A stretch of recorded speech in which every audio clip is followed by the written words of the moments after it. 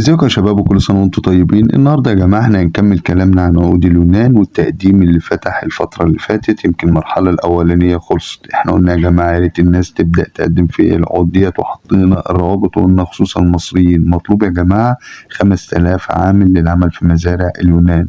مش هيطلب منك فيها شرط حساب البنك وقت التقديم ولا اللغة، ولا هيطلب منك حتى خبرة. كل المطلوب منك أوراق بسيطة هنتكلم عنها ونعرف طريقة التقديم ازاي بالظبط، والأسئلة اللي أنت بتعملها كمان في قلب المقابلة. يعني كل حاجة أنت اللي بتحددها يا جماعة، وأعرفك الأسئلة اللي أنت بتسألها في المقابلة عشان تلحق المرحلة التانية. بس قبل ما ندخل طبعا في التفاصيل، لو انت اول مرة تشوفنا يا ريت ما تبخلش علينا بالاشتراك وتفعل الجرس عشان يوصلك معانا كل جديد. مساء الخير يا شباب وكل سنة وانتم طيبين. كنا اتكلمنا عن المرحلة الأولى يا جماعة، وقلنا عقود اليونان فتحت لجميع الجنسيات العربية. قلنا مطلوب من المصريين ما يقارب 5000 عامل، يعني 5000 عقد، يعني 5000 تأشيرة، ومتاحة لجميع الجنسيات وجميع الأعمار. قلنا للمصريين يا جماعة خصوصا محددين لهم 5000 تأشيرة، تقدر تحدد الميعاد. وقلنا المرحلة الأولى كانت فاتحة من أسبوعين، وكنت تقدر تدخل وتبدأ تسجل بياناتك، وكانت الأوراق اللي هتطلب منك لما تيجي طبعا تسجل على المقابلة وتحدد ميعاد عشان تعمل مقابلة في قلب وزارة العمل، هو إن أنت هتطلب منك بطاقة الرقم القومي، وطبعا صورة جواز السفر بتاعك، ولازم يكون جواز السفر بتاعك فيه على الأقل سنة. يبقى حاجتين هيطلبوا منك بس لما تيجي تقدم على العقود ديت على طول مباشرة. يبقى أنت هتقدم مباشر على طول، بتملى الاستمارة وبتحدد الميعاد بنفسك. يعني أنت اللي بتختار كمان الميعاد اللي أنت حابب تروح فيه. طبعا أيام الجمعة والسبت بتبقى إجازة، بتحدد بعد كده أي أيام تانية عندك، الحد الاثنين التلات لحد يوم الخميس. فعشان كده يا جماعة لو أنت حابب تلحق المرحلة التانية وما معكش جواز سفر مش جاهز دلوقتي، ابدأ اعمل جواز السفر بتاعك قبل، لأن المرحلة التانية هتفتح يوم 20/6. لسه المقابلات شغالة ولسه الاستمارة برضه فيها مرحلة تانية للناس اللي هي حابة تقدم لغاية شهر 7 الجاي. فالنهاردة يا جماعة أعرفكم طبعا ازاي ان انت هتسجل. هنعمل طبعا فيديو عملي، بس انا حابب ان انا اقدم لكم ان العقود الموسميه دي هتبقى مدتها سنه، يعني مش هتبقى 9 شهور. اتفق وزير طبعا العمل المصري مع وزير العمل والهجره اليوناني ان تكون العقود من 9 شهور لسنه. فدي فرصه ليك هتوفر لك طبعا تأشيرة الشنجن بدون أي رسوم، هتوفر لك تذاكر الطيران، هتوفر لك عقد قانوني هتقدر تدخل بيه اليونان ولمدة سنة. الكلام دوت للمصريين. أنا آسف طبعا للجنسيات التانية، يعني يمكن في الفيديو الأولاني كنت شرحت إزاي إن أنت تقدر تجيب عقد عمل ولجميع الجنسيات، وحطيت رابط أهم المزارع وأصحاب الأعمال الخاصة طبعا بالمزارع إن أنت تقدر تتواصل معاهم وإزاي تتواصل معاهم، وطريقة إن أنت طبعا إن شاء الله تجيب موافقة من صاحب مزرعة من اليونان. اما النهارده فانا جاي اتكلم يا جماعه لو انت حابب ان انت تسافر بقى معاك شهاده ما معكش شهاده، وطبعا معاك اللغه اللي هو مش مطلوبه هناك مش مطلوبه برضه، معاك حساب بنكي او ما معكش تقدر تقدم عادي، معاك خبره، اي سن متاح طبعا بس يكون فوق سن ال 18 سنه ويقدر يقدم عادي على المقابله دي.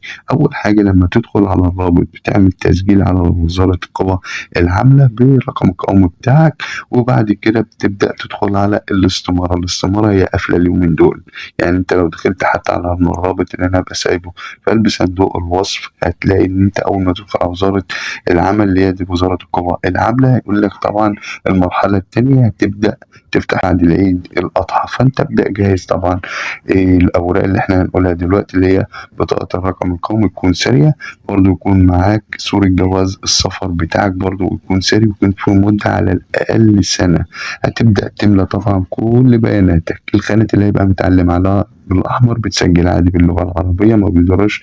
بعد كده بتكتب الرقم القومي واسمك من الأول والتاني والتالت والرابع.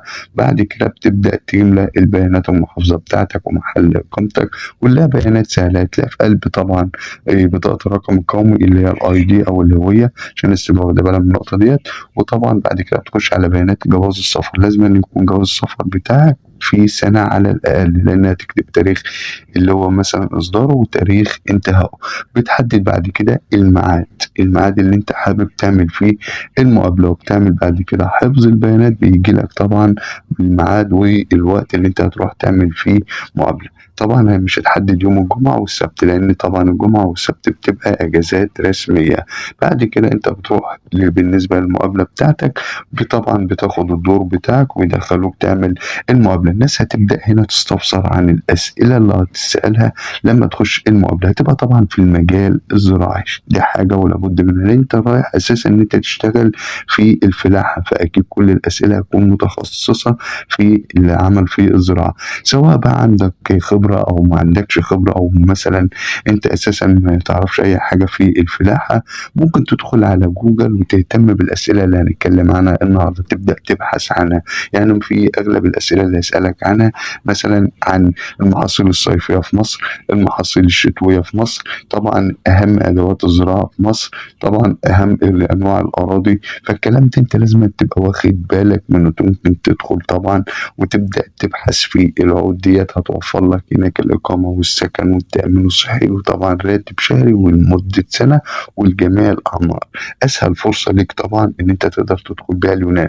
بعد كده إن أنت من حقك إن أنت تجددها تاني، يعني الفرصة ديت متاحة يا جماعة ليك 12 شهر تقدر تقضيهم في قلب اليونان. ومعنى إن أنت أساسا تاخد تأشيرة اليونان، معنى إن أنت من حقك بعد كده تتنقل لأي دولة أوروبية. اليونان دولة من دول الشنجن.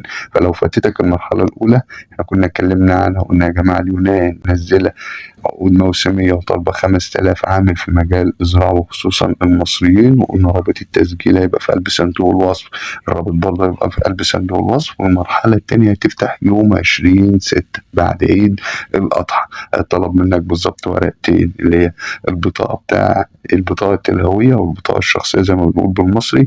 برضه طلب منك صورة جواز السفر، دي تكون معاك لما تيجي تعمل المقابلة. البيانات اللي في قلب البطاقة بتحطها طبعا وتسجل بيها بنفس البيانات. برضه البيانات اللي في قلب جواز السفر هي نفس البيانات اللي انت هتسجل بيها. بتحدد بعد كده الميعاد اللي انت حابب تروح فيه او التاريخ اللي انت حابب تروح فيه، طبعا بعيد بقى عن يوم الجمعة والسبت، لان السبت والجمعة اجازات رسمية. طبعا بعد كده بتروح المقابلة وبتعمل المقابلة بالأسئلة اللي احنا اتكلمنا عنها، كلها تبقى أسئلة عن الزراعة. لو انت حد سألك انت شغال ايه، قول له حد شغال في المعمار، في الإنشاء، في أي مجال حرفي ما يضرش، مش شرط تكون في الزراعة، عادي مش شرط تكون يعني فلاح. المهم ان انت تكون إجابتك مقنعة معاه. بعد كده لما يسألك في الأسئلة اللي احنا اتكلمنا عنها، أنواع المحاصيل، الحاجات ديت لازم يكون عندك معرفة عنها.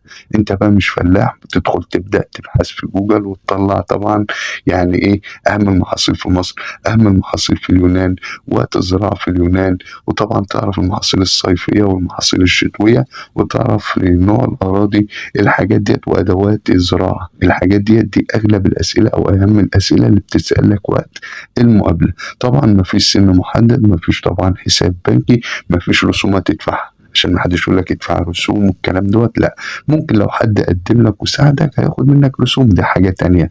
أما بالنسبة إن أنت مثلا رسوم في المقابلة أو الكلام دوت، مفيش الكلام ده. التقديم مجانا، المقابلة مجاني. بعد ما هم يعمل معاك المقابلة تعرف النتيجة ازاي، برضو الناس هتبقى واخدة بالها من النقطة ديت. هتعرف النتيجة طبعا يوم 20/7 أو في أول 8. يبقى النتيجة هتبدأ تظهر لما يخلصوا مقابلات المرحلة التانية. المرحلة التانية تبدأ يوم 20/6، ممكن تقعد لها شهر.